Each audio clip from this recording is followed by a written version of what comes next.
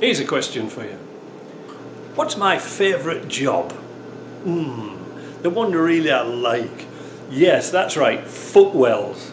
Well, I've got another one to do today. We're going to do some footwells on this 109 of Michelle's. You know, that 6-cylinder one, because they're all rotten. Now, just to make life a little bit more interesting, because it's a 69 or 68, it's been done twice already. So we've got a lot of stuff we've got to remove, and just to make life a bit more interesting, we've got only one footwell for the passenger side.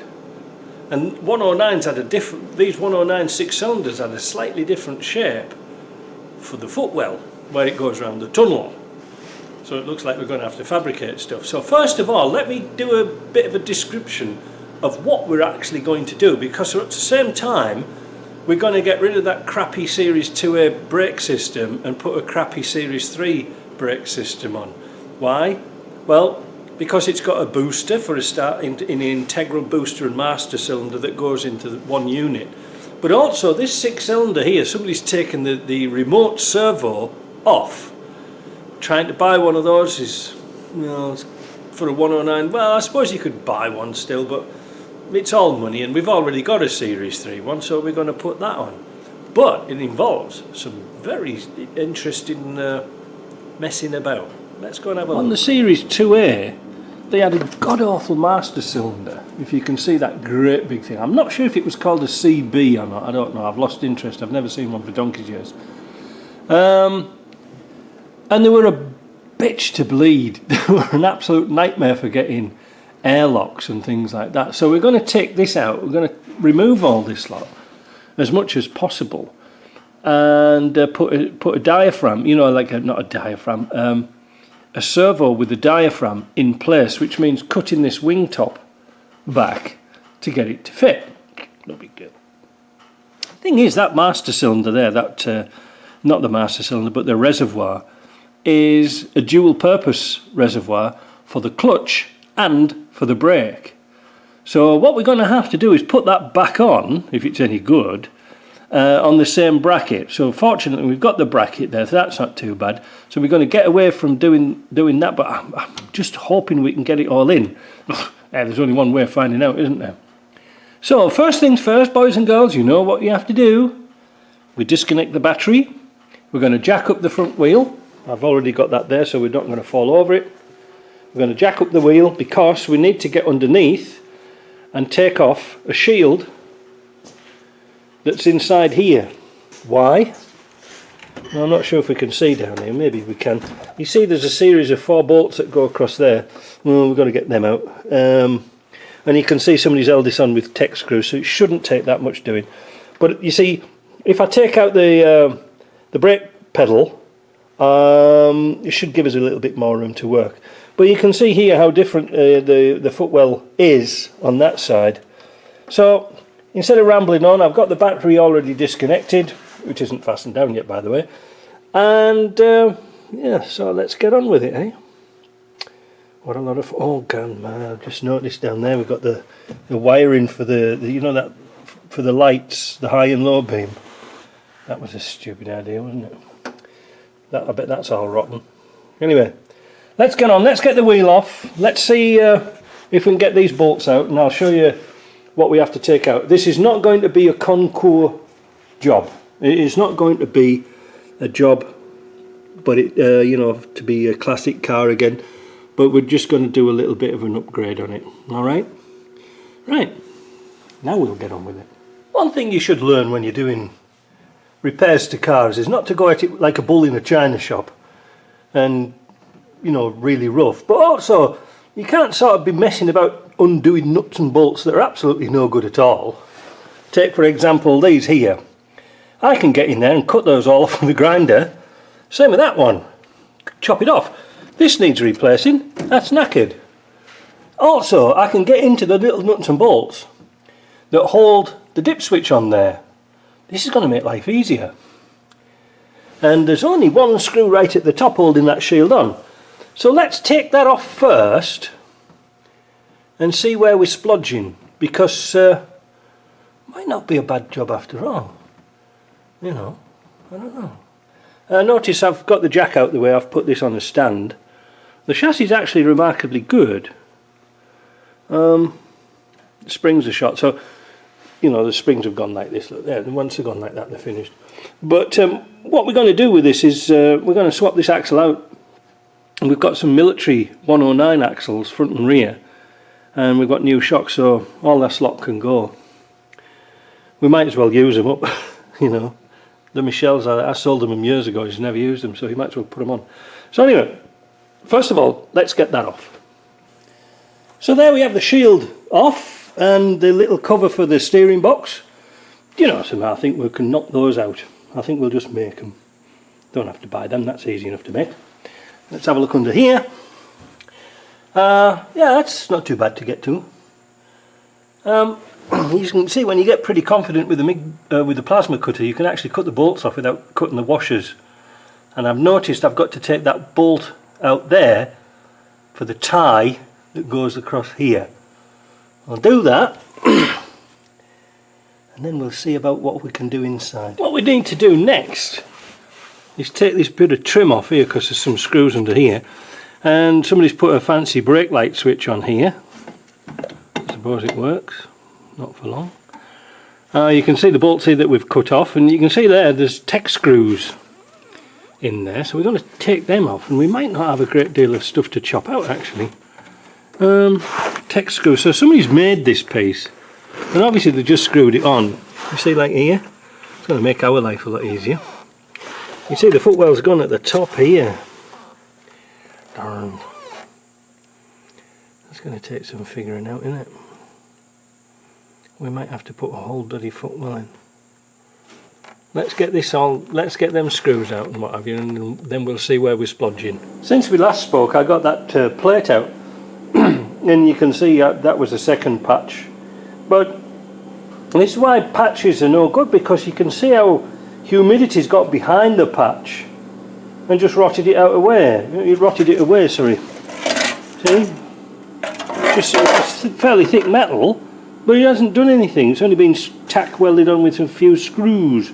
Let's go and have a look at the inside. Now we can see the extent. You know, there was a screw plate on there. These things up here are all, I don't know. Look, you see this big hole here, that's not going to get any better, is it? You know, I don't know what to do. I was only expecting to put a plate on underneath. I might do, I don't know, I'll have to have a word with Michelle, because I could actually put a plate up here and cut that rot out there and put a little plate in, because otherwise, I mean, it's taking all the bloody wing off to do a footwell. It's not too bad. Yeah, I think I might just do that, just put a little plate in, weld it, seam weld it round. I'll show you, I'll describe that to you, why they rust out there. But you see, when we do this bit, we've got to cut all this lot out anyway to put a taller tower in. And I think that's my next job, get this brake cylinder, this brake tower out, and see what we can do. I think I'll just whiz those. These are 1/2 inch AF heads on there, so we'll whip those off. To get this off, first of all, I'm just going to undo these screws here. There's only 2 in there, is there? Yeah, there's 2 in there. Move that to one side and take this pipe fitting off here and off here, and then that should move out the way and allow us to lift it up. I don't know, maybe. I just really don't want to take that wing off. Let's say we've gotten all the bolts out and the cover off and the reservoir off, I cannot get that out. The simple reason that the steel pipes going across the top there for the clutch, well, they're pretty inflexible, and of course they've been bent round, so we can't get them. So it looks like I'm going to have to take the wing off for this side. Bugger. Man, to make life easy putting things back together again. But at the moment it's a bit of a struggle. It's not too bad. 3 bolts off there, bolts down the side, 4 bolts down here. Cut the wires off here. I know, cut the wires off. And that should be it on the bolts that go across the top of the wings, from the wing to the sill. But I'm just going to go and get some refreshments because this is a bit tedious. And what time is it now? Oh hell, it's half past 1. I haven't had my dinner yet. Been on at this for ages. Oh well, never mind. We'll come back after refreshments. So, with the wing off, which wasn't too bad at all, I used this little air cutter to cut the bolts off here. If you use your plasma or burning gear or anything like that, you're going to damage the aluminium and the paint. Unfortunately, we haven't damaged anything. All but one of the studs snapped off here. That's no big deal because I'll just make another one, you know, with the captive nuts, captive bolts on.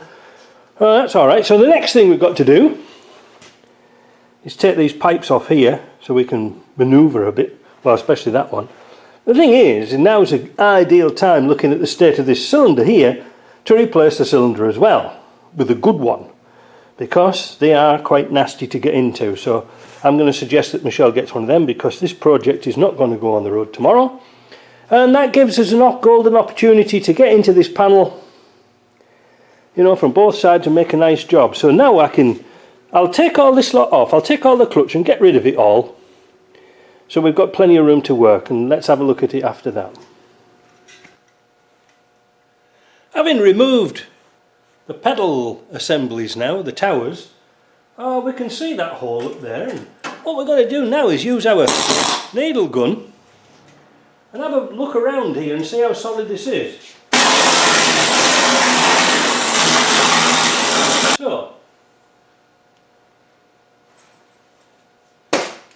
what I'm going to propose, we leave the top piece in. I'll weld a piece across here, I'll set a piece in. This piece we're not too concerned about with a little hole there, but we've got to cut this right up to the top for the new tower to go into. That's alright. The reason why you get rust here, if we look at the clutch,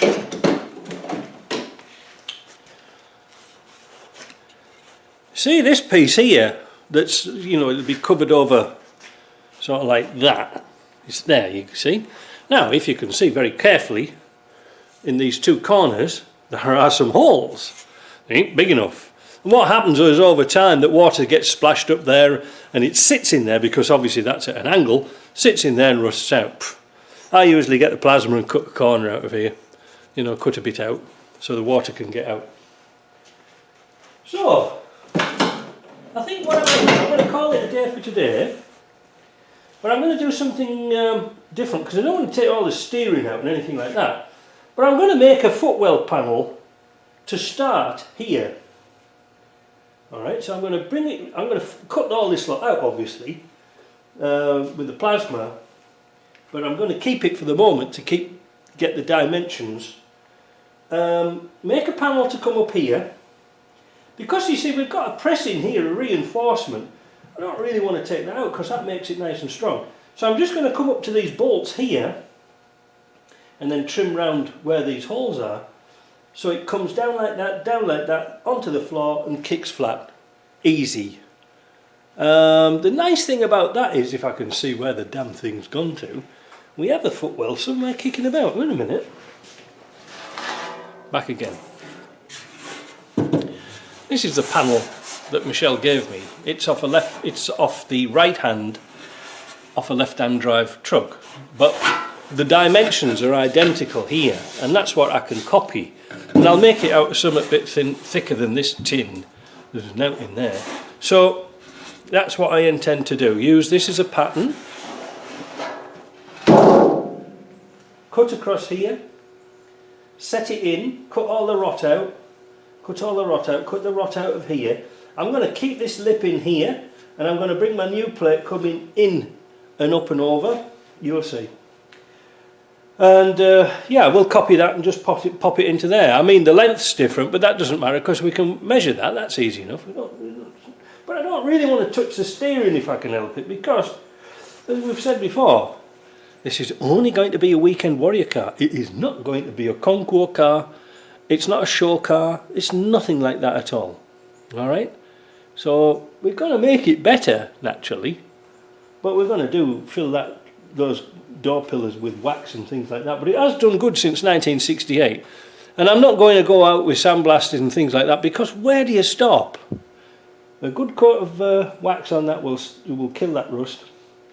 And also, I'm going to have a word with Michelle to see if we can get hold of an exhaust rocker gasket. And then this is the ideal time to have a check of the valves while the wing's off, because, it's difficult to get into. Yeah, no, that would be a really good idea. You know, in fact, even get an exhaust manifold gasket, take the exhaust off, do the valves and make another gasket on there, and then the job's done, isn't it? You know, we might as well do these things. Oh, wait a minute, I'll just show you something else I noticed. Let me move the camera. The other day when we were doing a job on the 300 TDI, and it had a block heater in exactly the same as this, I want you to observe something. Can you see how low the block heater is compared to the water pump and the cylinder head and things?